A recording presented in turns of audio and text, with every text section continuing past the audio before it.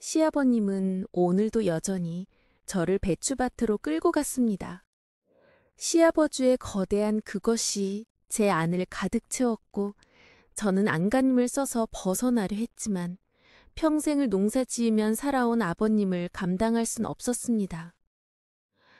아버님, 안 돼요. 제발요. 차라리 살살해 주세요. 너무 아파요. 오늘 밤 그이가 알면 어떡해요? 너무 세게 박으면 상처 난단 말이에요. 그거 넣으면 안 돼요. 손가락으로만 하세요. 제발 받게 하세요. 안에는 안 돼요. 아버님, 제발. 안녕하세요. 여우사희입니다. 시작 전 구독과 좋아요 부탁드립니다. 여러분의 구독과 좋아요는 재미있는 사연 제작에 큰 도움이 됩니다. 18살의 나이 차이를 극복하고 대한민국 강원도 산골 30만 평 배추 농사 짓는 집으로 시집온 우즈베키스탄 처녀입니다. 인자했던 시아버지, 언제나 자상했던 제 남편. 이 두 사람의 진짜 모습이 드러나면서 저의 코리아 드림은 악몽으로 변해갔습니다. 매일 밤 낮으로 그 넓은 배추밭에서 벌어지는 지옥 같은 일들, 그리고 가장 충격적이었던 제가 믿고 따랐던 남편의 배신. 이 비관적인 사건에서 저는 탈출하기 위해 모든 것을 버리고 오직 저만을 위해 살기로 한 저의 인생 탈출 이야기입니다. 안녕하세요. 제 이름은 올가입니다. 올해로 20살이 된 우즈베키스탄 여자입니다. 20살 꽃다운 나이에 저는 코리아 드림을 꿈꾸며 한국으로 시집오게 되었습니다. 저의 고향은 만년설로 유명한 파미르 고원 아래 한적한 시골 마을입니다. 우리 집은 그렇게 부유하진 않았지만 다정한 부모님 아래 우리 7남매 모두 행복한 유년 시절을 보냈습니다. 하지만 평생을 남의 집에서 일하신 돈으로 우리 7남매 모두 학교 보내는 건 정말 어려운 일이었습니다. 먹고 입는 것만으로도 항상 감사했습니다. 그러던 중 우연히 TV 속에 본 대한민국은 화려한 도시, 희망찬 사람들의 표정을 보면 한국으로 가고 싶은 생각을 품고 있었습니다. 그러던 중 우리 마을로 여행 온 한국인 관광객을 만났고 거기서 제 남편인 주성을 만나게 되었습니다. 주성은 우리 마을에 있는 동안 항상 저에게 밝게 웃어주며 서툰 영어로 우린 오랜 시간 대화를 했습니다. 강원도에서 크게 배추 농사를 운영한다는 말을 웃으면 하는 주성 씨를 보며 혹시 주성 씨와 결혼하며 꿈에 그리던 코리아 드림을 이룰 수 있을 거라 생각했습니다. 그렇게 우리 마을에 여행 온 주성 씨 일행이 이제 곧 한국으로 돌아간다는 얘기를 들었습니다. 주성 씨가 있었던 2주 동안 우린 서툰 언어로 많은 시간 동안 많은 대화를 했지만 주성 씨의 마음을 알 수는 없었어요. 주성 씨는 저와 18살 나이 차이가 있었고 3년 전에는 부인과 사별한 아픈 사연이 있었거든요. 주성 씨가 한국으로 돌아가기 이틀 전 우리 집에 두 손 가득 선물을 들고 갑자기 찾아왔어요. 우리 부모님을 만나고 저와 한국에 같이 가고 싶다고 프로포즈를 했지요. 저도 깜짝 놀랐지만 우리 부모님은 어느 정도 눈치채고 계신 것 같았어요. 저만 좋다면 허락하신다 하며 저를 행복하게 해달라며 눈물을 흘리셨죠. 그렇게 저는 주성 씨를 따라 대한민국 강원도 산골로 오게 되었습니다. 8월에 도착한 강원도 배추밭은 푸른 잔디를 깔아놓은 듯 너무 아름다웠습니다. 한국으로 오는 비행기 안에서 주성 씨는 시아버지에 대해 말씀해 주셨어요. 온갖 마을 일들을 처리하시는 유지면서 인품이 온화하고 자상한 분이라 하셨죠. 핸드폰 사진으로 본 아버님의 모습은 그렇게 보였습니다. 아버님은 공항에 직접 마중 나오셔서 저를 반겨주셨어요.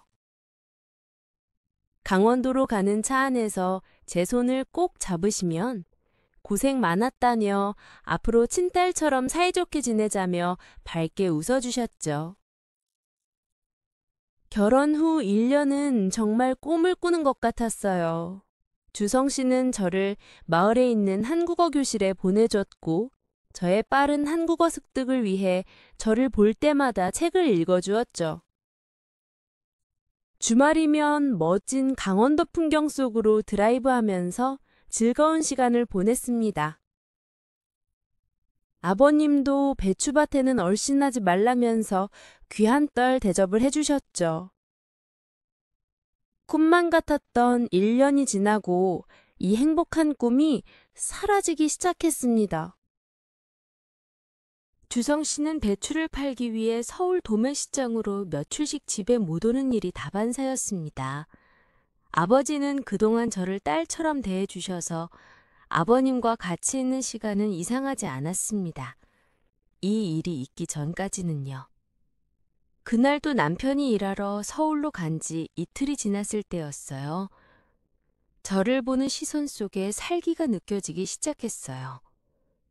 아버님 식사를 준비하기 위해 부엌에 있으면 인기척도 없이 들어오셔서 저를 물끄러미 보는 시선을 느낄 수 있었습니다. 그날 저녁도 제가 부엌에서 식사 준비를 하고 있는데 저 허리를 감싸는 손에 화들짝 놀라니 바로 시아버님이었어요. 아가, 오늘 된장국이 맛있겠구나. 힘들지? 얼른 차려서 먹자꾸나. 이렇게 말하시면서 손은 제 허리를 감싸며 제 배까지 만지고 계셨죠. 저는 어쩔 줄 몰랐습니다. 기분 나쁜 감정이 생겼지만 아버님과 둘뿐인 이 집에서 저는 아무것도 할 수 없었죠. 그저 남편이 빨리 오기만을 송고받습니다. 배추밭으로 한 번도 부른 적 없던 아버님께서 저를 배추밭으로 갑자기 불렀습니다. 강원도 산골의 그 넓은 배추밭에 무슨 일이 일어나도 아무도 알 수 없는 그 배추밭으로요. 아버님은 배추 판매 전 배추를 한번 봐야 된다면서 저를 배추밭으로 불렀습니다. 배추 속에 꽉 차 달큰한 냄새가 배추밭에 풍겼고 녹진한 흙냄새가 올라오던 그때였습니다. 1년 동안 저를 딸처럼 여겼던 시아버지는 온데간데 없고 야욕이 넘치는 무서운 남자의 눈빛만이 배추밭을 가득 채웠습니다. 아버님, 저는 아버님의 며느리예요. 이러시면 주성 씨를 어떻게 봐요? 이러지 마세요. 제 목소리는 산속의 메아리로 퍼졌지만 그 넓은 배추밭에 우리밖에 없어 누구도 들을 수 없었습니다. 평생을 농사만 지은 남자의 힘 앞에 20살밖에 안 된 저는 아무것도 할 수 없었습니다. 아버님, 안 돼요. 주성 씨가 알게 되면 어떡해요? 아버님은 이미 이성을 잃은 거친 짐승일 뿐이었습니다. 아버님의 거친 손과 거대한 그것이 저의 이쁜 곳을 그렇게 핥히고 난 뒤 모든 것이 끝났습니다. 저는 이 넓은 배추밭에서 모든 것을 일컫습니다. 제 몸과 마음은 더럽혀졌고 커리어 드림도 한순간에 무너져 버렸습니다. 아버님은 남편이 서울로 갈 때면 어김없이 저를 배추밭으로 불러냈습니다. 낮에도 밤에도 시간은 상관없었습니다. 저는 어느새 시아버지의 놀이개가 되어 있습니다. 매일 밤 울었고 우즈베키스탄에 있는 엄마 아빠가 너무 보고 싶었습니다. 하지만 여기 강원도 산골어는 제가 온전히 기댈 만한 곳은 없었습니다. 제 여권은 아버님 금고에 있었고 마을 사람들도 모두 아버님 배추밭에서 일하고 있어 아버님은 이 지역 최고 절대 군주 같은 분이었죠. 그렇게 몇 번도 배추밭에서 그 끔찍한 일을 당하고 더 이상 이대로 안 되겠다 싶어 큰 용기를 내어 남편의 말하기로 결심했어요. 주성 씨, 저 주성 씨한테 할 말이 있어요. 나 고향집에 엄마 아빠가 너무 보고 싶어요. 일주일만 다녀오면 안 될까요? 아버님이 저에게 했던 일을 말하기 무서워 고향집에 가고 싶다고 말했어요. 제 말을 들은 남편의 표정이 이상했어요. 자상한 남편이기에 당연히 보내줄 거라 믿었고 그게 제 희망이었거든요. 하지만 남편은 지금 가장 바쁜 시기인데 지금 어딜 가겠다는 거야? 나도 서울에 계속 왔다 갔다 해야 되는데 그럼 아버님 식사는 누가 챙겨주고 집안일은 누가 할 건데? 당신이 조금만 참아. 바쁜 일 끝나면 보내줄게. 저는 하늘이 무너진다는 것이 무슨 의미인지 알게 되었어요. 어쩔 수 없이 저는 울면서 그동안 아버님이 배추겉에서 저에게 했던 파렴치한 일들을 터뜨렸어요. 한참 동안 말이 없던 남편은 충격적인 말을 제게 했습니다. 아버님이 아마 외로우셔서 그럴 거야. 당신같이 젊고 이쁜 며느리를 보면 그럴 수 있어. 당신이 이해해드려. 저는 남편의 말을 듣고 깜짝 놀랐습니다. 제 편이라 믿었던 남편이 지금 무슨 말을 하는 건지, 당신 아버지가 며느리인 나에게 했던 그 끔찍한 일이 한낱 외로움으로 포장하고 있는 것입니다. 저는 정신이 번쩍 들었습니다.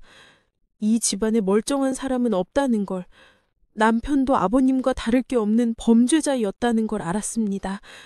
모든 것을 알고 있으면 아버님의 재산을 물러받으려면 아무것도 할 수 없는 사람이란 것을.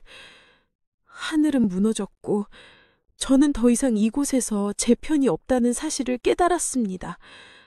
오직 이곳을 빠져나갈 생각밖에 없었습니다. 하지만 저는 아무것도 할 수 없었습니다.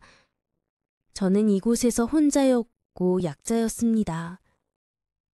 제가 할 수 있는 거라곤 아버님 식사 차리고 배춧밭으로 부르면 행동을 받아들여야 하는 것 말고는 없었습니다. 아버님과 남편의 다른 모습에 소름이 돋았습니다. 마을 사람들에게 세상 착한 아들, 자상한 아버지 행세를 했습니다. 그들은 언제나 모든 마을 일을 해결해 주었고 모든 일에 참석하며 좋은 일만 하는 부자지간이었습니다. 온 동네 사람들이 모두 아버님과 남편을 칭찬하며 부러워했습니다. 저도 부잣집에 그저 시집 잘 온 여자로 치부하곤 했습니다. 제 속은 아무도 모르니깐요. 며칠 동안 생각하면서 남편을 이해해볼까도 했습니다. 아버님한테 꼼짝 못하고 아버님이 시키는 대로 하는지를. 그 이유는 간단했습니다. 아버님의 막대한 재산이 아직 남편한테 단 한 푼도 내려오지 않았기 때문이죠. 남편도 아버님께 생활비를 받았으면서 아버님이 시키는 대로 하는 또 하나의 일꾼 중 하나였죠. 그렇기 때문에 남편이 저를 보호해줄 수 없다는 걸 알게 되었습니다. 그래서 저는 이곳을 저 혼자 스스로의 힘으로 벗어나기로 결심했습니다. 얼마 전 아버님 뒤에서 핸드폰 비밀번호를 보고 기억해두고 있었거든요. 남편과 아버님이 마을 행사에 있던 어느 날, 전 이날이 기회라고 생각하고 며칠을 찬물로 샤워를 했습니다. 감기에 걸려야 행사에 참가하지 않고 집에 있을 수 있기 때문이었죠. 마침내 행사날이 왔고 남편과 아버님은 제 상태를 보곤 두 분이 나가셨죠. 시골 마을 행사는 아침 일찍 시작해 밤 늦게 끝나기 때문에 이날이 저에겐 기회였습니다. 저는 여권을 찾기 위해 아버님 방을 뒤지기 시작했습니다. 아버님 장롱에서 금고를 찾았습니다. 비밀번호를 알 수 없었지만 며칠 전 아버님 뒤에서 핸드폰 비밀번호를 보고 기억해두고 있었거든요. 드디어 금고가 열렸고 저는 제 여권을 들고 이곳을 벗어나기 위해 미친 듯이 뛰었습니다. 오직 서울로 가야 된다는 생각밖에 없었습니다. 집에서 나와 무작정 달렸습니다. 넘어져서 무릎에 피가 나고 얼굴에 상처가 났지만 아픔을 느낄 수가 없었습니다. 하루에 2번 오는 버스를 타야 하기 때문이었습니다.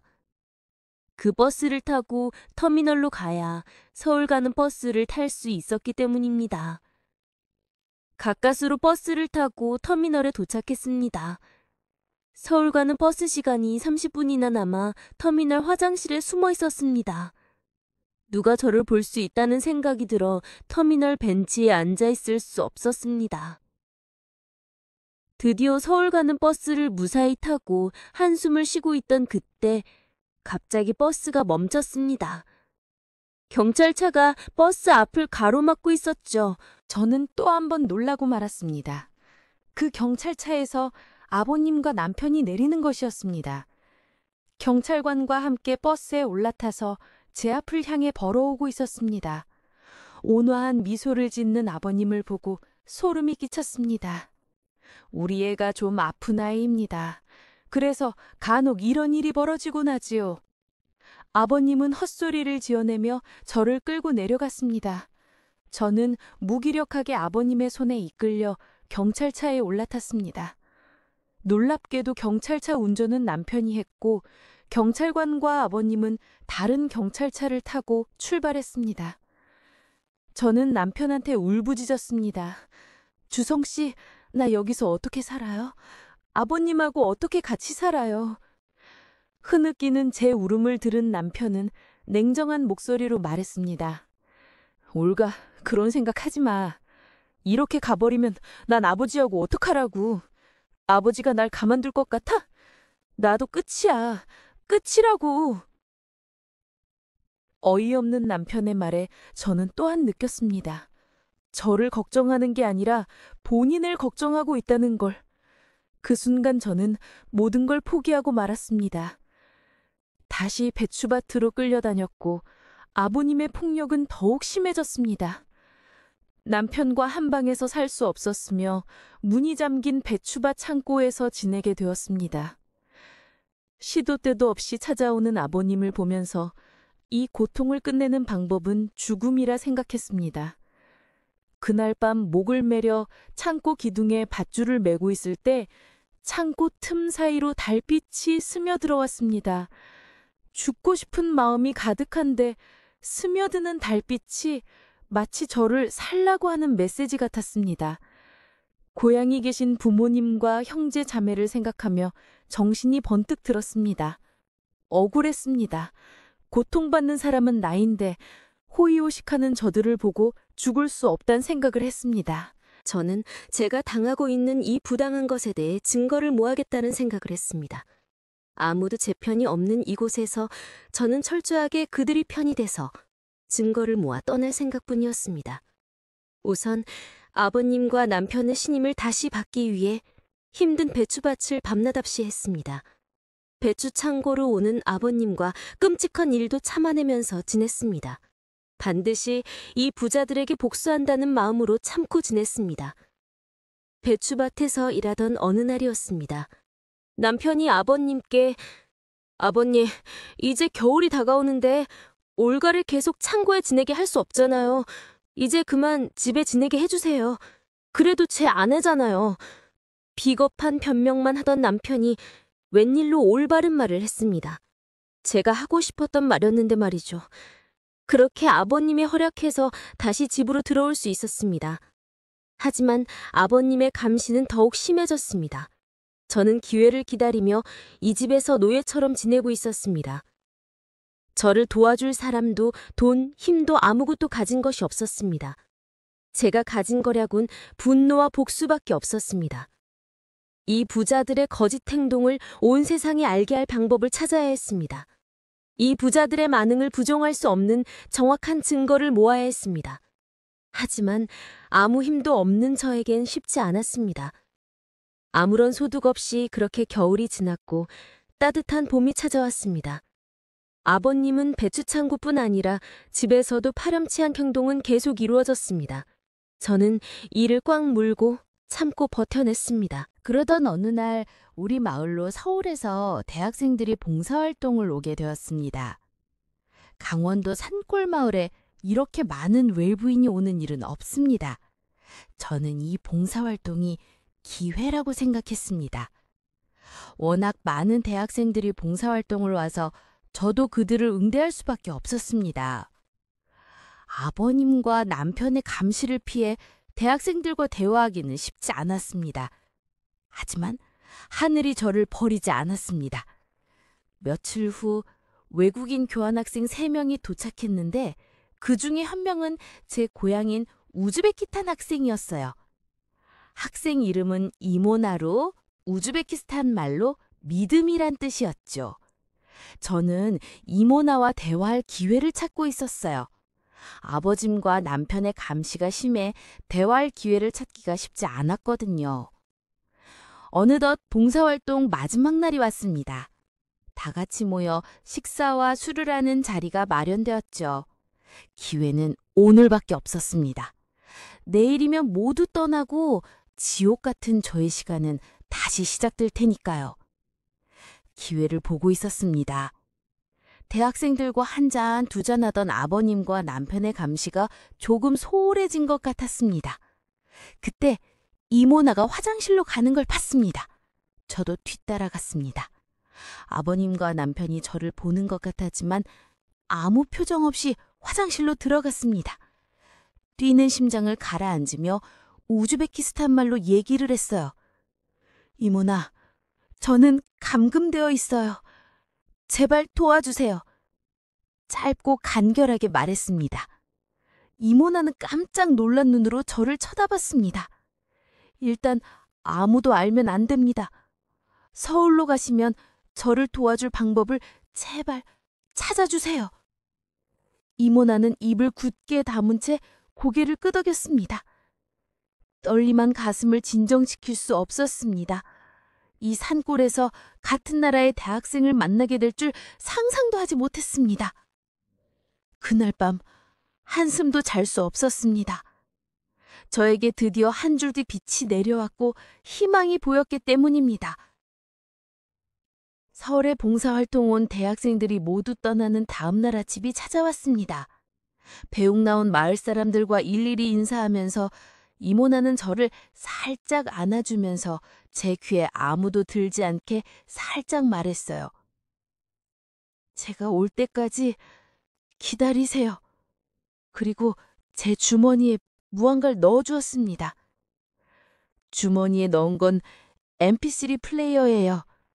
녹음도 작동할 수 있으니 이곳에서 일어나는 일 모두 녹음해주세요. 한 달 후에 다시 올게요.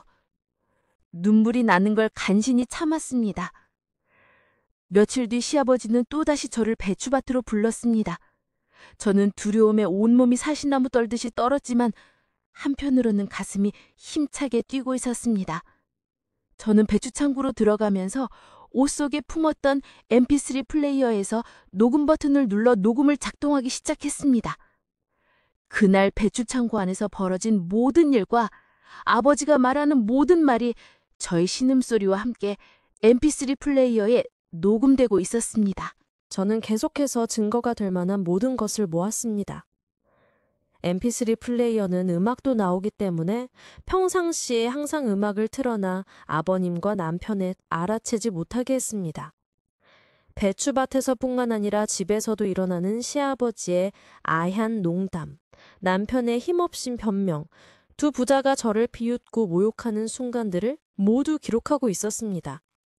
배추밭과 배추창고는 치울 수 없는 지옥의 장소에서 증거를 모으는 가장 중요한 장소가 되었습니다. 녹음뿐만 아니라 두 부자가 알지 못하는 우즈베키스탄 언어로 일기 형식으로 모든 일을 날짜별로 써내려갔습니다. 모든 자료가 법정에서 아버님과 남편의 죄를 인정하는 강한 증거가 될 수 있을 거라 믿고 또 믿었습니다. 어느덧 이모나와 약속한 한 달을 며칠 앞두고 있었습니다.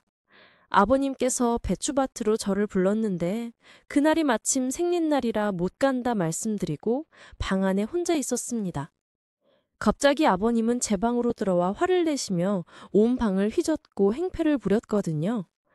저는 제 소중한 증거인 MP3 플레이어가 고장날까봐 꼼짝달싹 못하고 벌벌 떨고 있었습니다.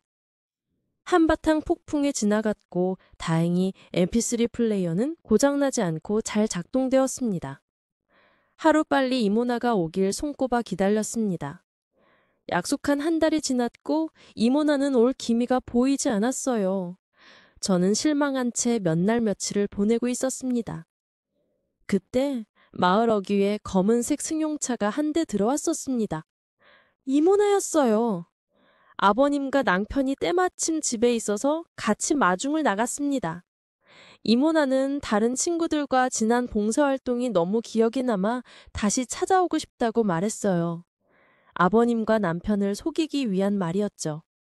그러면서 하룻밤만 묵고 가고 싶다고 했죠. 떨떠름한 표정을 한 아버님과 남편이 어쩔 수 없이 우리 집에서 하룻밤 지낼 수 있게 해주었습니다. 그날 밤 저는 이모나에게 그동안 녹음한 MP3 플레이어와 일기장을 건넸습니다. 이모나는 이번에도 한 달만 잘 참고 기다려달라고 했습니다. 다음 날 아침 이모나와 함께 온 대학생이 떠나는데 눈물이 났습니다. 울고 있는 저를 보고 아버님은 혀를 차면서 재수없게 아침부터 여자가 온다고 뭐라고 했습니다. 하지만 저는 눈물이 멈추지 않았습니다. 제 희망이 서울로 향하는 감격의 눈물이었거든요. 또다시 지옥이 시작되었습니다. 시아버지는 배추밭으로, 배추 창고로 시도 때도 없이 저를 불러 겁탈하고 윽박지르고 인간으로 상상할 수 없는 행동을 가차없이 했습니다. 저는 눈물을 참으며 그 지옥 같은 시간을 버텼습니다. 마을에 경찰차와 경찰버스 몇 대가 들어오는 게 보였습니다. 이런 산골 마을에 저렇게 많은 경찰과 경찰차를 본 아버님과 남편 그리고 마을 사람들은 눈이 휘둥그레졌습니다. 생전 처음 보는 광경이었거든요. 큰 경찰버스에서 이모나가 우즈벡 사람들과 함께 내렸습니다. 저는 깜짝 놀랄 수밖에 없었습니다. 함께 내린 우즈벡 남자는 우즈베키스탄 경찰청장과 정부 고위 관료들이었습니다. 그렇습니다. 이모나는 우즈벡 경찰청장의 하나뿐이 외동딸이었습니다. 한국 경찰관들이 아버님과 남편 앞으로 걸어왔습니다. 대한민국으로 시집온 올가라는 여자의 시아버님과 남편이 맞습니까? 그놈하고 다부진 말투로 물었습니다. 아버님과 남편은 무슨 일이 일어난 건지 멍한 표정으로 어버버거렸습니다. 경찰관이 아버님과 남편한테 다시 물었습니다. 당신들을 감금 및 폭력, 성폭행으로 긴급 체포하겠습니다. 그들은 경찰 조사에서 완강히 혐의를 부인했지만 제가 그동안 모은 증거 앞에 아무 말도 할 수 없었습니다. 또한 국제사회에 큰 파장이 일어날 것을 염려한 한국 정부는 우즈벡 정부에 다시는 이런 일이 일어나지 않게 대한민국 곳곳에 시집온 외국 여성들을 모두 전수조사하겠다고 약속했습니다. 이모나는 당장 한국 경찰에 알려 진실을 파헤치기보다는 경찰청장인 아빠한테 도움을 받아 국제적 이슈를 키워 저뿐만이 아니라 그 어떤 외국인 여성도 이런 일이 일어나지 않게 하기 위해 시간이 걸렸다면서 저를 안아줬습니다. 저는 이모나한테 말했습니다. 여기에 단 1초도 있기 싫어. 고향으로 돌아가고 싶어. 그렇게 험난한 생활을 끝내고 꿈에 그리던 고향으로 돌아갔습니다. 공항에 마중 나온 부모님은 말없이 저를 안아주었고 우린 많은 시간을 눈물을 흘렸습니다. 다시는 고향을 떠나지 않을 거라 다짐하면서 울었습니다. 뉴스를 통해 파렴치한 두 부자는 감옥에 갔고 그 많은 배추밥은 국가에 귀속시켜 저 같은 외국인 여성을 위해 사용할 예정이라 발표했습니다. 대한민국 정부는 국제적 이슈가 되지 않게 최선의 노력을 했습니다. 저는 제 고향에서 한국어를 가르치고 있습니다.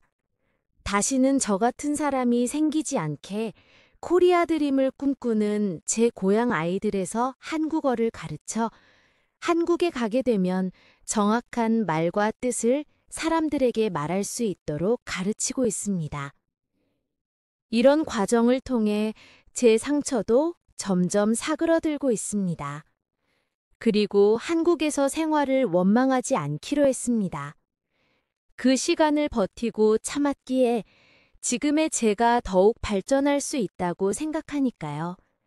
그리고 행복하게 살고 싶기 때문이기도 하지요. 그 지옥의 시간을 참고 견디고 버텼기에 제가 더욱 발전할 수 있다고 믿고 있습니다. 하늘은 우리에게 감당할 수 없는 고난과 시련을 주기도 합니다. 하지만 희망을 잃지 않고 끝까지 이겨낼 수 있다는 희망을 가진다면 반드시 기회가 올 거라 믿습니다. 제 이야기를 들은 여러분들도 어떤 어려움과 고난이 있더라도 희망을 잃지 말고 꼭 이겨내시길 응원하겠습니다.